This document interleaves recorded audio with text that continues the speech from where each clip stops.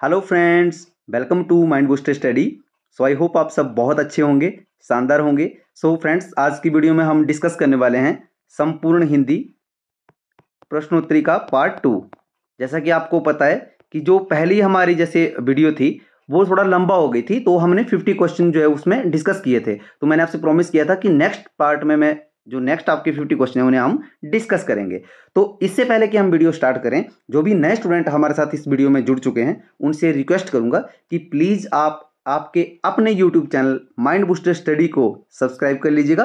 साथ में bell icon होगा, उसे जरूर प्रेस कीजिएगा ताकि इसी तरह की जो इन्फॉर्मेटिव वीडियोस रहेंगी उनकी नोटिफिकेशन सबसे पहले आप तक पहुंच सके। तो बिना किसी देरी के स्टार्ट करते हैं हम आज का वीडियो।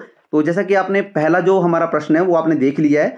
प्रश्न क्या बोल रहा है, ने किस प्रकार का चिन्ह है, मतलब ये आपको कारक से लिया गया है, राइट। कारक से आपको, जैसे कारक होते हैं ना, उनसे आपको जो है ये प्रश्न बन रहा है। तो बोलता ऑप्शन है करण, देन कर्म, देन कर्ता, देन संप्रदान। तो इसका जो करेक्ट आंसर हो जाएगा वो ऑप्शन नंबर सी आपका करेक्ट हो जाएगा। अब देखो, मैं आशा करता हूं कि आप कारक के जो बेसिक है ना वो आपको पता होंगे, राइट। तो जैसे आपको बेसिक आपने पढ़ा ही होगा, जैसे कि जो इसके बेसिक होता है ना कि कर्ता ने कर्म को करण से संप्रदान के लिए, राइट। तो उस तरह से वो चीजें आपने अंडरस्टैंड करी होंगी, राइट। और अगर आप ये चाहते हैं कि मैं कारक के ऊपर भी आपको एक डिटेल वीडियो लेके आऊं, तो हम टारगेट रखते हैं इस वीडियो का 1000 लाइक।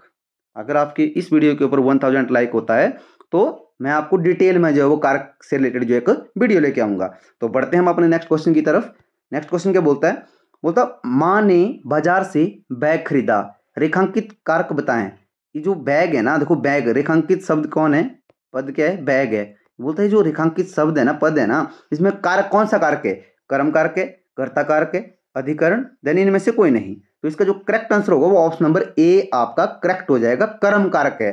क्या है, कर्म कारक है। अब देखो कर्म कारक क्यों है, देखो इसका बहुत ही आसान तरीका है समझने का कि जब भी आपने ऐसा कोई रेखांकित पद देखना है तो उसमें क्या होता है, कर्म कारक वो होता है जो आपको एक मतलब शॉर्टकट अगर मैं बात करूं जो समझना है आपने, कि जब क्रिया का प्रभाव जिस पर पड़े ना, मतलब जो क्रिया होती है ना आपकी, जैसे ये क्रिया है, क्रिया का जो प्रभाव है जब उस रेखांकित पद के ऊपर पड़ता है, किसी के ऊपर पड़ता है, तो वो क्या होता है, वो कर्म कारक होता है। जैसे यहाँ पे माँ ने बाजार से बैग खरीदा, अब क्रिया क्या है, खरीदा, खरीदा बट क्या खरीदा, बैग, बैग के ऊपर पड़ रहा है ना प्रभाव, तो यहाँ पे क्या है, बैग, ये कर्म कारक है। आई होप आप समझे होंगे। देन नेक्स्ट जो हमारा क्वेश्चन है वो है अनिरुद्ध ने पाठ पढ़ाया, कारक का प्रयोग किया गया है, मतलब कौन से कारक का प्रयोग किया गया है, कर्म, करण, अपादान, देन यहाँ पे कर्ता कारक। तो आपका करेक्ट आंसर हो जाएगा ऑप्शन नंबर डी। इसमें कर्ता कारक क्या है, इसमें आपका करेक्ट आंसर हो जाएगा। कर्ता कारक क्यों है, क्योंकि क्रिया को करने वाला कौन है, अनिरुद्ध है। समझ रहे हो मेरी बात को, आई होप ये आपको समझ आया होगा। देन नेक्स्ट जो हमारा क्वेश्चन है वो है निम्नलिखित में से ऐसे शब्द की पहचान करें, बोलता जो दोनों वचनों में समान रहता है। अब यहाँ पे एक वचन और बहुवचन, इनसे आपका जो ये प्रश्न बन रहा है, राइट। देखो ये बोल रहा है सरसों, कथा, लता या कुटी। तो इसमें करेक्ट आंसर हो जाएगा ऑप्शन नंबर ए आपका 54 का ऑप्शन नंबर ए करेक्ट हो जाएगा। सरसों जो है वो एक वचन में भी सरसों ही रहता है, देन बहुवचन में भी सरसों ही रहता है। देखो कुछ शब्द ऐसे हैं, मैंने आपको पहले भी बताया था ना, बहुत सारे शब्द मैंने बताए थे आपको, अगर आपने प्रीवियस वीडियो देखी हो तो उनमें बताया था कि कुछ शब्द ऐसे होते हैं वो बहुवचन ही रहते हैं और कुछ ऐसे होते हैं वो एक वचन ही रहते हैं। तो वो चीज़ें आपको जो है वो पता होनी चाहिए, ताकि वो आपके एग्जाम के पॉइंट ऑफ व्यू से इंपॉर्टेंट जो चीजें हैं ना, अगर वो पहले आपने स्टडी करी हैं तो आपको एग्जाम में कोई नई बात नहीं होती है वहां पे जब क्वेश्चन आपके सामने आता है। देन नेक्स्ट जो हमारा क्वेश्चन है क्या बोलता है, मध्यम पुरुष तू, ये बोल रहा है कि जो मध्यम पुरुष तू जो शब्द है ना का सही बहुवचन है, मतलब बहुवचन में बदलना है आपने, तो सही बहुवचन क्या होगा, बोलता आप, तुम, हम या यह लोग। तो इसका जो करेक्ट आंसर होगा वो ऑप्शन नंबर बी आपका करेक्ट हो जाएगा। तुम क्या हो जाएगा इसका, तू का तुम जो है वो सही बहुवचन होगा, राइट। देन नेक्स्ट जो हमारा है मोस्ट रिपीटेड, ये आपने याद रखना है, इसको नोट कर लीजिएगा। बोलता शिक्षक जो शब्द है ना, इसका बहुवचन क्या है, शिक्षिका, शिक्षिकाएं, देन शिक्षकों या शिक्षकगण। तो इसका जो करेक्ट आंसर हो जाएगा वो ऑप्शन नंबर डी आपका करेक्ट आंसर हो जाएगा, शिक्षकगण। ये ना बहुत बारी पूछा गया है क्वेश्चन, ना मोस्ट रिपीटेड क्वेश्चन है, तो आपने नोट कर लेना है इसको, राइट। देन क्वेश्चन नंबर 57 है शब्द मेज, जो मेज शब्द है ना, मेज, बोलता है इसका बहुवचन पहचानो, मेजे, मेजे, मेजी या मेजों। तो इसका जो करेक्ट आंसर होगा वो ऑप्शन नंबर ए आपका करेक्ट हो जाएगा। देखो बहुत सारे स्टूडेंट क्या करते हैं, इस ऑप्शन के ऊपर जाते हैं मेजों, बट ये गलत है, ये गलत है। हिंदी व्याकरण में अगर मैं बात करूं तो मेज के बहुवचन की बात करूं तो वो मेजें होता है। क्या होता है? मेजें। तो आप इसको याद रखेंगे। देन आई होप आपको ये समझ आ रहा होगा वैसे। देन नेक्स्ट जो हमारा क्वेश्चन है वो है निम्नलिखित में से स्त्रीलिंग की पहचान करें। स्त्रीलिंग पहचानना है आपने, आप राइट। देन आशा, कृपा, आज्ञा या उपरोक्त सभी। तो इसमें जो करेक्ट आंसर हो जाएगा वो ऑप्शन नंबर डी आपका करेक्ट हो जाएगा। ये सभी क्या है? स्त्रीलिंग है। देखो आशा यहाँ पे नाम से लिए गए हैं, तो यहाँ पे ये स्त्रीलिंग है। देन कृपा, आज्ञा, ये सब क्या है? स्त्रीलिंग है। देन क्वेश्चन नंबर 59 है हमारा, निम्न में से पुल्लिंग शब्द की पहचान करनी है आपने। अब देखो मित्र, त्योहार, सागर या उपरोक्त सभी। तो इसमें जो करेक्ट आंसर होगा वो ऑप्शन नंबर डी आपका करेक्ट हो जाएगा।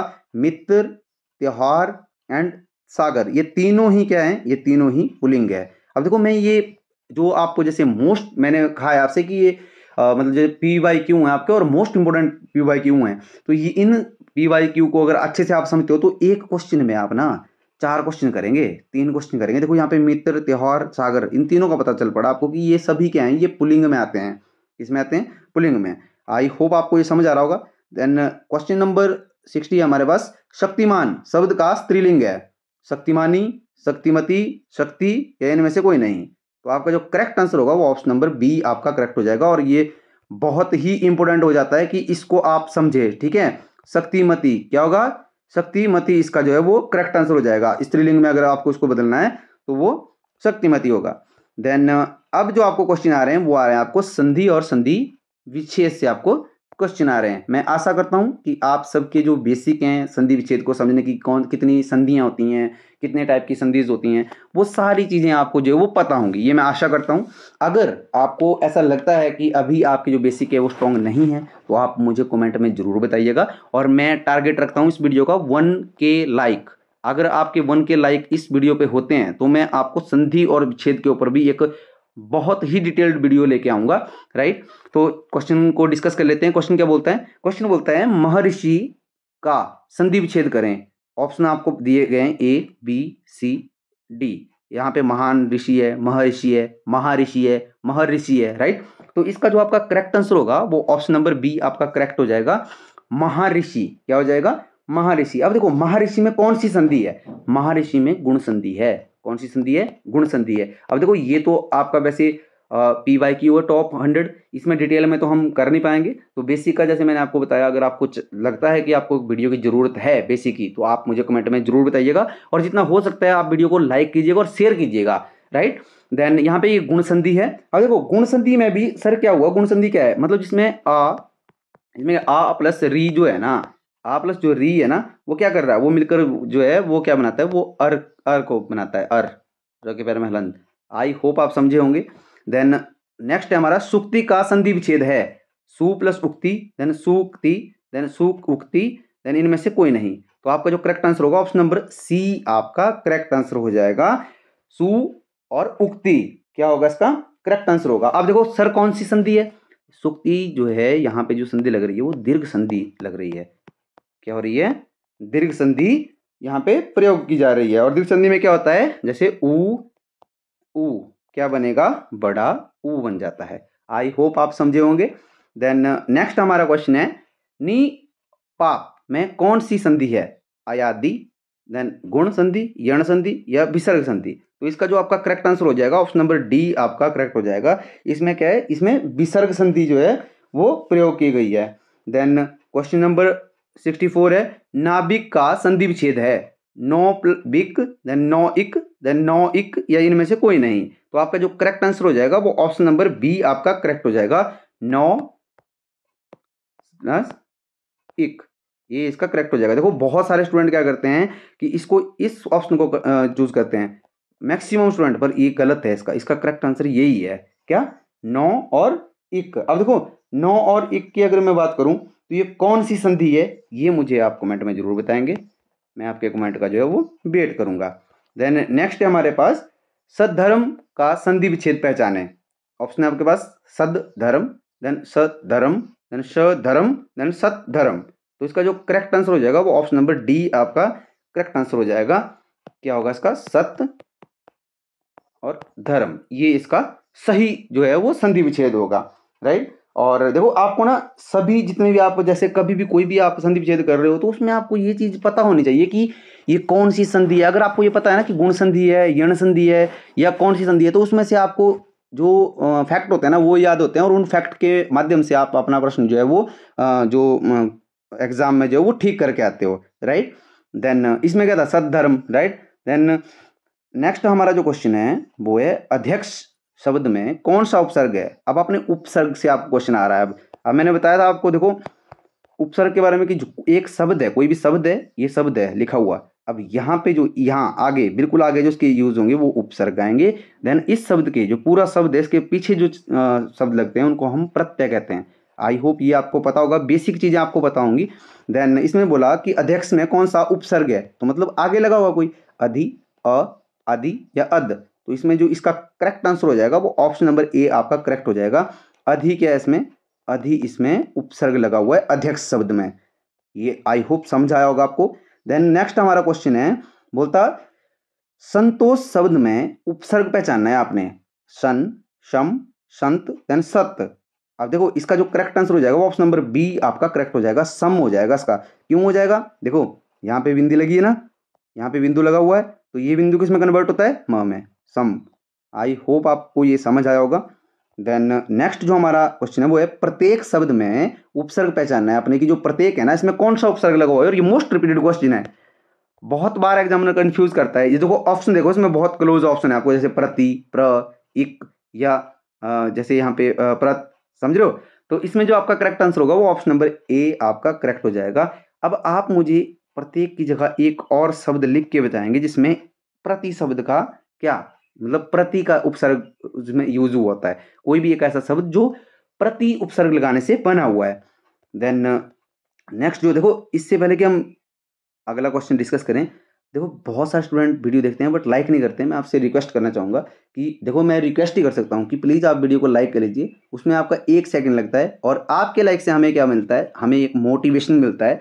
जिस तरह से हम आपको कंटेंट प्रोवाइड करवा रहे हैं उससे भी ज़्यादा हम आपको जो उससे भी सही कंटेंट, सही माने मतलब जो आपके लिए ज़रूरी हो एग्जाम के पॉइंट ऑफ व्यू से, तो उन कंटेंट्स को बनाने के लिए आपका जो लाइक है ना वो हमें मोटिवेट करता है। तो आपसे मैं रिक्वेस्ट करूंगा कि प्लीज़ अगर अभी तक आपने लाइक नहीं किया है वीडियो को तो लाइक कर लीजिए। देन 69 क्वेश्चन है, विकारी शब्द को विपरीत बनाने के लिए कौन से उपसर्ग का प्रयोग किया जाएगा। जो एक विकारी शब्द है ना, देखो ये विकारी शब्द की बात कर रहा है कि विकारी लिखा हुआ है, ठीक है।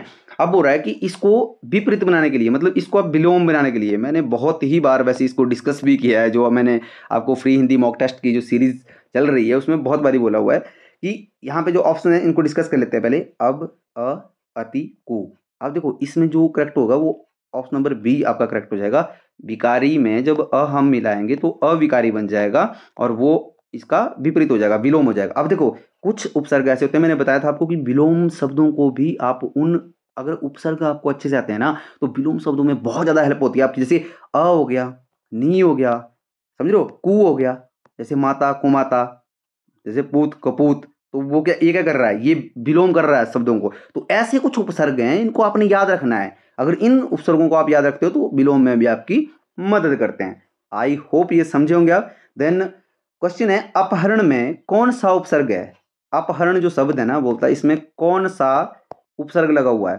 देन अप, अ, अनु या इनमें से कोई नहीं, तो इसका जो करेक्ट आंसर होगा वो ऑप्शन नंबर ए आपका करेक्ट हो जाएगा। इसमें अप लगा हुआ है, अप, अप क्या है, उपसर्ग है। अब देखो थोड़ा सा और बताता हूँ थोड़ा डिटेल में कि जब आपने उपसर्ग को पहचाना होता है ना, तो आपने उपसर्ग को पहचानने के लिए सबसे मेन बात क्या है, सबसे मेन जो चीज़ है वो ये है कि आपको मूल शब्द जो है ना, मूल शब्द के बारे में आपको नॉलेज होनी चाहिए कि मूल शब्द क्या है। देखो यहाँ पे हरण है ना, हरण, हरण एक मूल शब्द है। अगर मैं मान लो यहाँ पे ऐसा लिखता कि यहाँ पे अ भी दिया हुआ है ना आपको उपसर्ग, यहाँ पे आप जब उपसर्ग लगाने की बारी आती है तो आप उस उपसर्ग को अलग कर दीजिए उस शब्द से। जैसे अपहरण लिखा हुआ है, यहाँ से आप अ को अलग कीजिए और उसमें आगे जो शब्द बचता है उसको ऐसे लिख दीजिए पहरण, पहरण। तो क्या ये एक मतलब सही शब्द बन रहा है, आपने कहीं सुना है शब्द को, या आपने आपकी जो शब्दावली है उसमें कहीं आपने इसको पढ़ा हो, नहीं पढ़ा है ना। पहरण, पहरण तो कोई शब्द ही नहीं है। तो इसी तरह से आप उसको समझ सकते हैं, जब आप इसमें से अप को एक तरफ करोगे ना और बाद में आप यहाँ पे लिखोगे हरण, तो हरण तो वही शब्द होता है। तो यही ही इसका क्या होगा, करेक्ट आंसर होगा। आई होप आप समझे होंगे जो मैंने आपको समझाने की कोशिश की है। देन क्वेश्चन है, वैज्ञानिक शब्द में प्रत्यय की पहचान करो। बोलता इक, इक, देन क, देन इनमें से कोई नहीं। तो आपका जो करेक्ट आंसर होगा वो ऑप्शन नंबर बी आपका करेक्ट हो जाएगा। इसमें कौन सा प्रत्यय लगा हुआ, देखो प्रत्यय का मतलब क्या हुआ कि जो शब्द के पीछे लगे, समझ रहे हो। तो वैज्ञानिक जो निक लगा हुआ ना, ये इक प्रत्यय लगा हुआ है इसमें, कौन सा, इक, ये इससे बना क्या, वैज्ञानिक। आई होप समझे होंगे। देन क्वेश्चन है, जिंदगी शब्द में प्रत्यय की पहचान करो। गी, गी, ई या ई। तो आपका करेक्ट आंसर हो जाएगा ऑप्शन नंबर ए आपका करेक्ट हो जाएगा, घी। घी क्या है, घी प्रत्यय लग के जो है वो जिंदगी शब्द का निर्माण हुआ है। देन यहाँ पे क्वेश्चन है, शेर का स्त्रीलिंग बनाने के लिए किस प्रत्यय का प्रयोग किया जाएगा। इस तरह से भी आपको देखो, इसमें एक तो स्त्रीलिंग और पुल्लिंग से भी आपका क्वेश्चन बन रहा है, और इसमें एक विलोम से भी बन रहा है, देखो विपरीत से भी बन रहा है। अब जब शेर की बात करेंगे और इसको क्या करना है हमने, कि इसने बोला कि स्त्रीलिंग बनाने के लिए कौन से प्रत्यय का प्रयोग किया जाएगा, नी, नी, ई या अनि। इसने प्रत्यय पूछा है, समझ रहे हो मेरी बात। तो इसमें करेक्ट आंसर हो जाएगा आपका ऑप्शन नंबर ए आपका करेक्ट हो जाएगा, शेरनी। क्या होगा, शेरनी। अब देखो शेर का विपरीत तो शेरनी में जाएगा ना, तो आप समझ रहे हैं। आई होप आप ये इंजॉय कर रहे होंगे सेशन को। देन नेक्स्ट जो हमारा क्वेश्चन है वो है फांसी। जो फांसी शब्द है ना, बोलते जो फांसी शब्द है इसमें कौन सा प्रत्यय लगा हुआ है फांसी में, शी, ई या सी।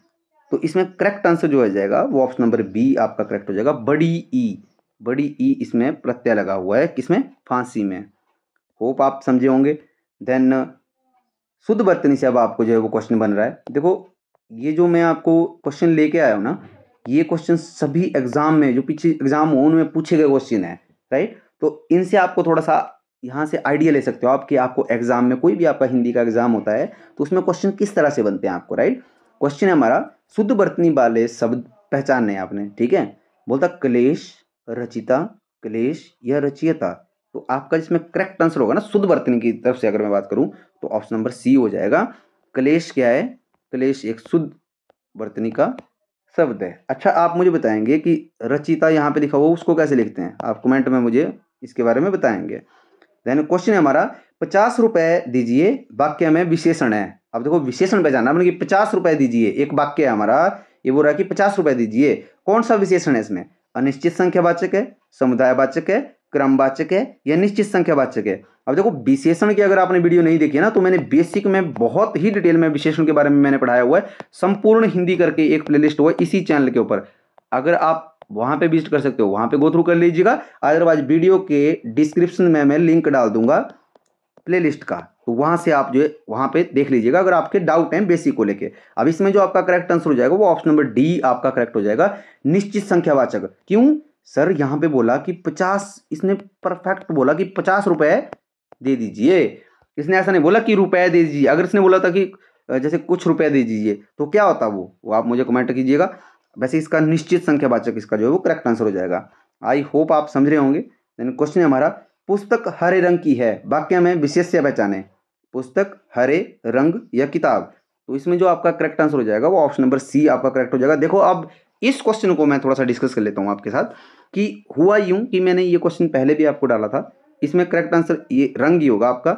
बहुत सारे स्टूडेंट का मानना था कि सर आप गलत बता रहे हैं, इसमें पुस्तक जो मतलब किसकी विशेषता बताए वो विशेष होता है, बहुत सारे उसमें कमेंट थे। तो मैंने यहाँ पे भी लिया था आपको क्वेश्चन। क्वेश्चन क्या बोलता है कि पुस्तक हरे रंग की है, क्या है, पुस्तक हरे रंग की है, और इसमें रंग जो है इसमें है। तो जो हरा है इसमें ना वो क्या है, हरा जो है इसमें वो विशेषण है, क्या है, हरा इसमें विशेषण है। और जो इसमें विशेषण जो मतलब इसमें विशेष्य होगा वो रंग है। रंग जो लिखा हुआ है ना, ये जो ये शब्द है ना, ये इसमें क्या है, ये विशेष्य है। अब बहुत अच्छे से समझिएगा, फिर आप बाद में कमेंट करते हैं कि सर ये नहीं होगा, इसका ये नहीं होगा। देखो क्यों है, बोलता जब मतलब जो रंग है ना आपका जैसे हरा है, बोलता जो गुण मतलब गुणवाचक विशेषण के अंतर्गत आता है, क्या आता है, जो मतलब गुणवाचक विशेषण के अंतर्गत आता है। तो इसमें क्या होगा, क्या होगा इसमें जो करेक्ट आंसर हो जाएगा विशेष्य में वो आपका रंग हो जाएगा। आई होप आप समझे होंगे। देन क्वेश्चन है हमारा, निम्न में से विशेषण कौन सा शब्द है, मिठास, सौतेला, अज्ञान, मजहब। तो इसका जो करेक्ट आंसर होगा ऑप्शन नंबर बी आपका करेक्ट हो जाएगा, सौतेला के इसमें एक विशेषण शब्द है। देन नेक्स्ट जो हमारा क्वेश्चन है वो है निम्नलिखित में से विशेषण शब्द की पहचान करें। अब विशेषण पहचानना है आपने, बोलता अकूत, नैतिक, सरिता, ए और बी दोनों। तो इसमें करेक्ट आंसर हो जाएगा ऑप्शन नंबर डी आपका। देखो अकूत, देखो कुछ चीज़ें ऐसी होती हैं वो आपको ना अपनी, मैंने बताया था आपको, आप हिंदी की नोटबुक लगा लीजिएगा, कुछ शब्द ऐसे होते हैं वो आपको ऐसे भी याद रखने होते हैं। तो अकूत और नैतिक दोनों क्या हैं, ये विशेषण शब्द हैं। आई होप आपको ये समझ आया होगा। देन बढ़ते हम अपने नेक्स्ट क्वेश्चन की तरफ। क्वेश्चन है हमारा, वह 1 महीने बाद आया, वह 1 महीने बाद आया, इस वाक्य में इस वाक्य में कौन सा शब्द क्रिया विशेषण है। अब आपने इस वाक्य में से क्रिया विशेषण पहचानना है कि वह आया, महीने या बाद। तो इसमें जो करेक्ट आंसर होगा वो ऑप्शन नंबर डी आपका करेक्ट आंसर हो जाएगा। क्रिया विशेषण क्या है इसमें, बाद। आई होप आप ये समझे होंगे। देखो क्रिया विशेषण, विशेषण और विशेष्या, इनके ऊपर मैंने बहुत ही बेसिक में आपको वीडियो दे रखी हैं इसी चैनल के ऊपर, माइंड बूस्टर स्टडी चैनल के ऊपर। अगर आप प्लेलिस्ट में जाएंगे तो संपूर्ण हिंदी की प्लेलिस्ट है, वहाँ पे आपको डिटेल में बेसिक की वीडियो मिल जाएंगी। अदरवाइज अगर आपने कोई मॉक लगाना है, जैसे एचपी पुलिस की अगर मैं बात करूँ, तो एचपी पुलिस के लिए ना स्टूडेंट 39 मॉक टेस्ट अपलोड हो चुके हैं अभी तक। 39 मॉक टेस्ट बिल्कुल फ्री में आपको अपलोड किए गए हैं। अच्छा कंटेंट है, मॉडरेट टू हाई लेवल उसमें जो है रखा गया है। तो अगर आपने वहाँ पे गो थ्रू नहीं किया है, आप वहाँ पे जाइए, वहाँ पे आप मॉक टेस्ट लगाइए। वहाँ से आपको एक तो आपको अपनी स्टडी का भी आंकलन कर लेंगे आप कि कहाँ पे आपकी स्टडी पहुँच चुकी है। और कोई भी अगर आप एग्ज़ाम दे रहे हैं ना, तो वहाँ पे हिंदी का अगर आपसे पूछा जाएगा तो वहाँ से आपकी एक तैयारी जो है वो अच्छी हो जाती है। तो नेक्स्ट क्वेश्चन है हमारा, शायद माताजी आएँ, शायद माताजी आ जाएं। बोलता है कि शायद माताजी आ जाए, वाक्य पहचाने। वाक्य पहचानना है, संकेतवाचक है, इच्छार्थक है, संदेहार्थक है, या इनमें से कोई नहीं है। तो आपका इसमें जो करेक्ट आंसर होगा ऑप्शन नंबर सी आपका करेक्ट आंसर हो जाएगा कि एक संदेहार्थक आपका जो है क्या, शायद माताजी आ जाएं। समझ रहे हो, तो ये आपका सी आपका करेक्ट हो जाएगा। देन नेक्स्ट है हमारा, रचना के आधार पर वाक्य के भेद हैं। अब वाक्य के भेद पूछे हैं आपसे कि रचना के आधार पर कितने हैं, 3, 5, 2 या 1। तो आपका करेक्ट आंसर हो जाएगा ऑप्शन नंबर ए आपका। आप मुझे कमेंट में बताएंगे, मैंने बताया था आपको कि कौन कौन से हैं, ये आप मुझे कमेंट में लिख के बताएंगे। आपने कमेंट कैसे करना होता है, क्वेश्चन नंबर 82 देन इसके आगे लिखना होता है। उससे हमें भी आसानी होती है जब हम आपके कमेंट पढ़ते हैं ना, कि आप वीडियो में कौन से शब्द की बात कर रहे हो, कौन से प्रश्न की बात कर रहे हो। देन क्वेश्चन है हमारे पास, मेरे को स्कूल जाना है, वाक्य में इस प्रकार की अशुद्धि है, मतलब किस प्रकार की भी हो सकता है, इस प्रकार भी लिख सकते हैं आप, ठीक है। सर्वनाम, संज्ञा, वचन या लिंग। तो इसमें जो करेक्ट आंसर होगा वो ऑप्शन नंबर ए आपका करेक्ट हो जाएगा। इसमें सर्वनाम को लेके जो है वो अशुद्धि है। और देखो मेरे को स्कूल जाना है, तो यहाँ पे मेरे की जगह क्या यूज होगा, ये आप मुझे कमेंट करेंगे। ये मैंने आपको हिंट दे दिया कि यहाँ पे कौन सा जो शब्द है वो अशुद्धि है। देन क्वेश्चन है, शुद्ध वाक्य की पहचान करें। बोलता उसका धर्मशाला जाना है, उससे धर्मशाला जाना है, देन उसने धर्मशाला जाना है। देखो ये तो बिल्कुल ही गलत हो गए। देन उसने धर्मशाला जाना है, ये कुछ बन रहा है। उसे धर्मशाला जाना है, ये भी कुछ बन रहा है। बट इसमें जो मतलब शुद्ध वाक्य होगा वो कौन सा होगा, तो करेक्ट आंसर आपका ऑप्शन नंबर डी आपका करेक्ट हो जाएगा, उसे धर्मशाला जाना है। आई होप आपको ये समझ आ रहा होगा। देन नेक्स्ट जो हमारा क्वेश्चन बोलता तुझको मुझे खिलाना है, वाक्य में अशुद्धि भाग पहचाने। बोलता तुमको मुझे खिलाना है। अब क्या खिलाना है ये तो बताया नहीं इसमें, बट खिलाना है, ठीक है। तो इसमें तुमको है, मुझे या खिलाना, तो इसमें जो करेक्ट आंसर होगा वो ऑप्शन नंबर ए आपका करेक्ट हो जाएगा। ये जो तुमको है ना, यहाँ पे तुमको यूज नहीं होगा, यहाँ पे कुछ और यूज होगा। तो वो आप मुझे कमेंट में बताएंगे क्या होगा वहाँ पे यूज। ये क्वेश्चन मैंने एक बार डिस्कस भी किया था आपसे। देन शुभम स्कूल आया, थोड़ी देर रुका, देन कौन होगा, और चला गया। बोलता शुभम स्कूल आया, देन थोड़ी देर रुका और चला गया। वाक्य में उचित विराम चिन्ह होगा। ओ सॉरी, मैंने आपको पहले ही बता दिया इसके बारे में, ये टाइपिंग मिस्टेक नहीं थी, ये क्वेश्चन ऐसे बनाया गया, ठीक है।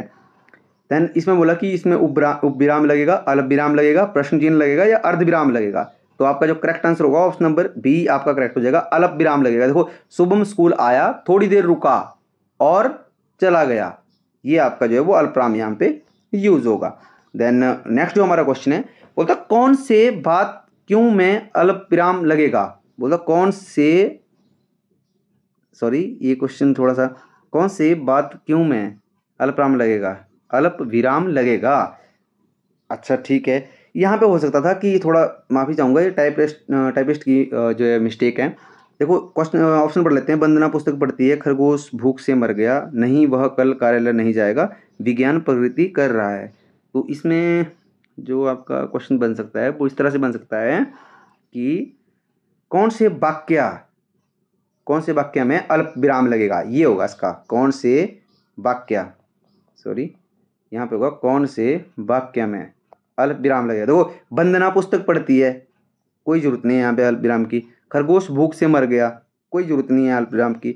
नहीं वह कल कार्यालय नहीं जाएगा, अच्छा नहीं दो बार यूज, हाँ यहाँ पे इस सेंटेंस में आपको जो है वो अल्प विराम लगेगा आपका। आई होप आप समझे होंगे। देन क्वेश्चन नंबर 88 है, काली घटा का घमंड घटा, बोलता काली घटा का घमंड घटा, ये आपको अलंकार, रस और अलंकार, आई होप आप वैसे जो बेसिक है इनके वो आपने जो है वो पढ़े होंगे, राइट। तो ये आपका जो है अलंकार से क्वेश्चन है, बोलता है ये रूपक अलंकार यूज हुआ है या उपमा यमक या इनमें से कोई नहीं। तो इसमें जो आपका करेक्ट आंसर हो जाएगा वो ऑप्शन नंबर सी आपका करेक्ट हो जाएगा, यमक अलंकार। देखो यमक अलंकार क्या होता है सर, देखो यमक जो होता है ना, यमक अलंकार मतलब एक ही शब्द ना का जो है अधिक बार जब प्रयोग किया होता है। जैसे यहाँ पे क्या, काली घटा का घमंड घटा, घटा घटा, तो उसको हम यमक अलंकार में प्रयोग करते हैं। आई होप आप समझे होंगे। निम्न में से कौन सा शब्द अलंकार नहीं है, कौन सा शब्द अलंकार नहीं है, रूपक, श्लेष, देन यमक या इनमें से कोई नहीं। तो आपका जो इसमें करेक्ट आंसर होगा ऑप्शन नंबर ए आपका करेक्ट हो जाएगा। रूपक क्या है, वो शब्द अलंकार नहीं है। अब देखो आपको ये पता होना चाहिए कि रूपक अलंकार का मतलब क्या होता है। देखो रूपक अलंकार को अगर मैं आपको आसान भाषा में समझाऊं तो जहाँ पे कहीं पे भी ना किन्हीं दो वस्तुओं की, जैसे व्यक्तियों की, वस्तुओं की मतलब क्या हो रही हो, जैसे मतलब एक समानता हो कि उनमें जो अंतर करना मुश्किल हो जाए आपको, या जैसे कुछ होता है ना कि दो ऐसी वस्तुएं हैं कि उनमें इतनी समानता है कि उनमें अगर हम एक अंतर कर रहे हैं उनमें, तो वो अंतर करना क्या हो जाए, मुश्किल हो जाए। समझ रहे हो मेरी बात को। तो उन उन अलंकार को क्या बोलते हैं, रूपक। क्या बोलते हैं, नाम ही रूपक है, देखो एक जैसा रूपक, रूपक, समझ रहे हो। देन हमारा क्वेश्चन है, छाया है माथे पर आशीर्वाद, छाया है माथे पर आशीर्वाद सा, यहाँ तक आपका वाक्य है। बोलता वाक्य में अलंकार पे जाना आपने, रूपक, यमक, उपमा या इनमें से कोई नहीं। तो इसमें जो करेक्ट आंसर हो जाएगा आपका वो ऑप्शन नंबर सी आपका करेक्ट हो जाएगा। देखो उपमा अलंकार होता क्या है, उपमा अलंकार की अगर मैं बात करूं तो दो चीज़ों के बीच में तुलना करने का मतलब एक अलंकारिक तरीका है कि जब हम दो चीज़ों में जो है वो तुलना करते हैं। जैसे एक आपने ना बहुत ही एक फेमस एक वाक्य भी है जिससे हम समझते हैं उपमा अलंकार को कि सागर सा गंभीर हृदय हो, गिरी सा ऊंचा हो जिसका मन। समझ रहे हो मेरी बात को, कि सागर सा गंभीर हृदय हो, गिरी सा ऊंचा हो जिसका मन। इसमें क्या हुआ कि मतलब एक तरीका दिया है, जो जो आपको लिखा गया है ना उससे कुछ समझाने की कोशिश करवा रहा है वो। समझ रहे हो मेरी बात को। तो इस तरह से आपको जो है उपमा अलंकार को पहचान सकते हो। देन नेक्स्ट जो हमारा क्वेश्चन है, बोलता तेजाब में कौन सी संज्ञा है, द्रव्य, समूह, व्यक्ति, भाव। तो इसमें करेक्ट आंसर आपका द्रव्यवाचक हो जाएगा। क्यों हो जाएगा, बताया था कि तेजाब हो गया, दूध हो गया, पानी हो गया, चांदी हो गया, सोना हो गया, राइट, धुआं हो गया, बहुत सारी चीज़ें हैं वो सभी क्या हैं वो द्रव्यवाचक में आती हैं। अगर आपको थोड़ा सा भी डाउट है एक बार वहाँ पे विजिट कीजिएगा, इस वीडियो के बाद संपूर्ण हिंदी करके एक प्लेलिस्ट बना हुआ, वहाँ पे संज्ञा की मैंने बहुत ही डिटेल्ड वीडियो दी है आपको, 30 से 40 मिनट के बीच में वीडियो दी गई हैं। तो वहाँ से आपके सारे डाउट जो है वो क्लियर होंगे। क्वेश्चन बोल रहा है कौन सा शब्द द्रव्यवाचक संज्ञा नहीं है। अब आपने पहचानना है कि नहीं है, ये तो मैंने आपको वैसे बता ही दिया पहले कि दूध, लोहा, पेट्रोल, सभा। तो इसमें कौन सा नहीं होगा, ये तीनों तो हमारे किस में आ रहे हैं, तीनों हमारे जो है वो द्रव्यवाचक में आ रहे हैं। तो एक ही बचता है, तो करेक्ट ये हो जाएगा आपका सभा। अच्छा सभा कौन सा संज्ञा में कौन सा टाइप है, संज्ञा का भेद, ये आप मुझे कमेंट में बताएंगे। देखो अगर अभी तक आपने वीडियो को लाइक नहीं किया ना, प्लीज़ मैं रिक्वेस्ट कर रहा हूँ फिर से कि प्लीज़ वीडियो को लाइक कर लीजिए, जितना होता है आप वीडियो को शेयर कीजिए, ताकि आपकी तरह जो कुछ और स्टूडेंट हैं या आपके कलीग हैं वो आपकी तैयारी कर रहे हैं तो उनको भी उससे जो है वो हेल्प मिल सके, राइट। देन क्वेश्चन बोल रहा है लिपि किसे कहते हैं, चित्रकारी, शिल्पकारी, लिखित ध्वनि संकेत को कहते हैं, ये इनमें से कोई नहीं। तो आपका करेक्ट आंसर होगा लिखित ध्वनि संकेत। जो वर्णमाला की जो वीडियो है ना, वर्णमाला और स्वर की जो स्वर और व्यंजन की है मतलब जिसमें वीडियो जो है उनमें मैंने बहुत ही डिस्कस में ये सारी चीज़ें आपको करवा रखी हैं। देन क्वेश्चन नंबर 94 है आपका, हिंदी की मूल उत्पत्ति किससे मानी जाती है, किससे मानी जाती है, खस अपभ्रंश, मागधी अपभ्रंश, शोरसेनी अपभ्रंश, इनमें से कोई नहीं। तो आपका करेक्ट आंसर हो जाएगा ऑप्शन नंबर सी आपका सोर्स यानी। ये मैंने क्वेश्चन आपको करवाया भी है, जो आपके जैसे मॉक टेस्ट है उसमें मैंने बहुत ही डिटेल में इसको जो वो डिस्कस किया था आपसे। तो अगर आपने अभी तक वहाँ मॉक टेस्ट के ऊपर भी आपने विजिट नहीं किया तो एक बार वहाँ गो थ्रू कर लीजिएगा ताकि वहाँ से आपको हेल्प मिल सके। देन नेक्स्ट हमारा क्वेश्चन है, हिंदी की कितनी उपभाषाएं हैं? 5, 4, 3, 1। तो करेक्ट आंसर जो हो जाएगा आपका वो ऑप्शन नंबर ए आपका करेक्ट हो जाएगा। 5 आपकी जो है उपभाषाएं हैं। और कौन कौन सी हैं 5, वो आप मुझे कमेंट कीजिएगा। देखो जो चीज़ें मैं समझता हूँ कि जो चीज़ें मैंने आपको करवा दी है ना, 1 से 2 से 3 बार मैंने करवा रखी हैं, तो उन चीज़ों का आपका रिवीजन हो जाता है जब मैं आपको यहाँ से बोलता हूँ कि आप कमेंट कीजिएगा, राइट। देन नेक्स्ट हमारा क्वेश्चन है, वज्रभाषा ब्रजभाषा है, ये तो मैंने आपको ऊपर भी करवाया। वैसे पश्चिमी हिंदी, पहाड़ी हिंदी, ए और बी दोनों, ये इनमें से कोई नहीं। तो आपका जिसमें करेक्ट आंसर हो जाएगा वो ऑप्शन नंबर ए आपका करेक्ट हो जाएगा। देखो ये कुछ ऐसे क्वेश्चन होते हैं जो इस तरह से भी आपको पूछ सकते हैं ब्रजभाषा के बारे में ना, तो ये आपका रिवीजन भी होता रहता है साथ साथ में। देन नेक्स्ट हमारा बोलता है, स्वधर्म शब्द का विलोम पहचानना है आपने। परधर्म, निर्धर्म, अधर्म, ये इनमें से कोई नहीं। आपका करेक्ट आंसर हो जाएगा ऑप्शन नंबर ए आपका करेक्ट हो जाएगा, परधर्म। देखो इसमें मैं आपको बताना चाहूँगा, यहाँ पे स्वधर्म के बहुत सारे यहाँ पे ना निर्धर्म कर देते हैं। निर्धर्म नहीं होगा, नी उपसर्ग नहीं लगेगा इसमें परधर्म ही इसका जो है वो सही विलोम होगा। ये आपने ध्यान रखना है, राइट। जहाँ पे ना कुछ स्टूडेंट गलतियाँ करते हैं, जैसे मैं ऑफलाइन भी पढ़ाता हूँ बच्चों को, तो वहाँ पे जो गलतियाँ हैं ना, मैं समझता हूँ कि उन गलतियों को मैं आपको बार बार बताता रहता हूँ। आप सोचते होंगे सर हमें बार बार बताते हैं कि सर ये नहीं होगा, ये नहीं होगा, क्यों बताते हैं? मैं इसलिए बताता हूँ क्योंकि जो गलतियाँ की जा रही हैं वो गलतियाँ आप ना करें, राइट। देन 98 जो हमारा क्वेश्चन बोलता है, सुमति शब्द का विलोम है। ये आपको मैं होमवर्क के लिए क्वेश्चन दे रहा हूँ, आप मुझे इसका कमेंट करेंगे, मैं आपके कमेंट का वेट करूँगा। देन क्वेश्चन है, जो नगर में रहता है, वाक्यांश के लिए एक शब्द है, नागरिक, नागर, शहरी, ग्रामीण। उसका करेक्ट आंसर हो जाएगा ऑप्शन नंबर बी। अब एक स्टूडेंट है हमारे, उन्होंने मुझे कमेंट किया था कि सर नागर तो मतलब ही नहीं बनता है, नागर तो ये ऐसा नहीं है कि जो नगर में रहता है उसको नागर बोलते हैं। देखो बच्चों, जो नगर में रहता है उसको हम नागर ही बोलते हैं। अगर आपको नागरिक से ऐसा डाउट बन रहा है कि नागरिक है, देखो नागरिक तो कोई भी हो सकता है ना, शहर में रहने वाला भी हो सकता है, शहरी भी हो सकता है, ग्रामीण भी हो सकता है। समझ रहे हो मेरी बात को? तो नागर मतलब एक जो नगर में रहता है उसके लिए एक शब्द बताना है आपने, तो वो नागर ही होगा। तो करेक्ट आंसर क्या होगा आपका? नागर। आपको एग्जामिनर इसी तरह से फंसाता है। नागरिक दिया हुआ ना यहाँ पे, अच्छा लग रहा है देखने के लिए, पढ़ने के लिए, तो आप वहाँ लगा देंगे, पर ये गलत है। नागर इसका करेक्ट आंसर है। होप आप समझे होंगे। देन आज की वीडियो का last question, last but not list, निम्नलिखित में से किस शब्द का प्रयोग केवल बहुवचन में होता है? नदी, पाठक, स्त्री या प्राण। तो इसमें जो इसका करेक्ट आंसर हो जाएगा वो ऑप्शन नंबर डी ही आपका करेक्ट आंसर हो जाएगा। प्राण क्या है? प्राण जो है वो बहुवचन में ही प्रयोग होता है। और मैंने आपको एक मॉक टेस्ट था हमारा, उसमें मैंने बताया था आपको प्राण के साथ में 5 या 6 शब्द बताए थे। उसमें से एक शब्द जो है आप मुझे कमेंट में बताएंगे कि ऐसा कौन सा शब्द है जो बहुवचन में ही प्रयोग होता है। आई होप वैसे ये वीडियो आपको पसंद आया होगा। अगर आपको वीडियो पसंद आया तो प्लीज़ आप वीडियो को लाइक कीजिएगा और वीडियो को जितना हो सकता है शेयर कीजिए, क्योंकि आपके शेयर करने से क्या होगा, हमें मोटिवेशन मिलेगी, लाइक करने से भी हमें मोटिवेशन मिलेगी। और साथ में आपके शेयर करने से ऐसा भी होता है कि कई बार कुछ स्टूडेंट ऐसे होते हैं जिनके पास सोर्स नहीं होता है पढ़ने का, तो वहाँ तक अगर वीडियो पहुँचती है उन तक, तो उन्हें भी इससे हेल्प मिल जाती है, राइट।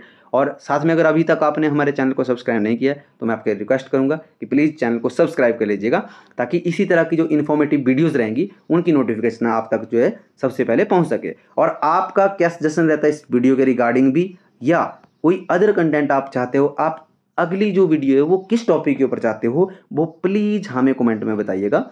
हम कोशिश करेंगे कि आप जो भी हमें बताएंगे उसके ऊपर हम अच्छा उतरें। तो आज की वीडियो में इतना ही, मिलते हैं नेक्स्ट वीडियो में। तब तक आप अपना ध्यान रखिए, स्वस्थ रहिए। जय हिंद, जय हिमाचल। Thank you.